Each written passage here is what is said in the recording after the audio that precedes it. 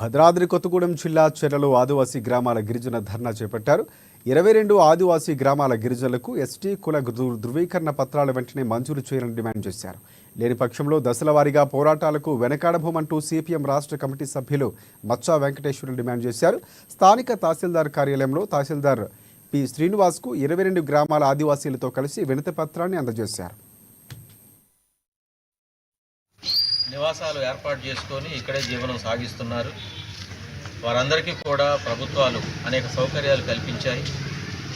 కుల ధృవీకరణ పత్రాలు ఇచ్చారు, ఓటర్ ఐడీస్ ఉన్నాయి, రేషన్ కార్డులు ఉన్నాయి, అంగన్వాడీ బిల్డింగ్స్, స్కూల్స్, రోడ్లు, మంచినీటి సదుపాయాలు ఇవన్నీ కూడా కల్పించడం జరిగింది.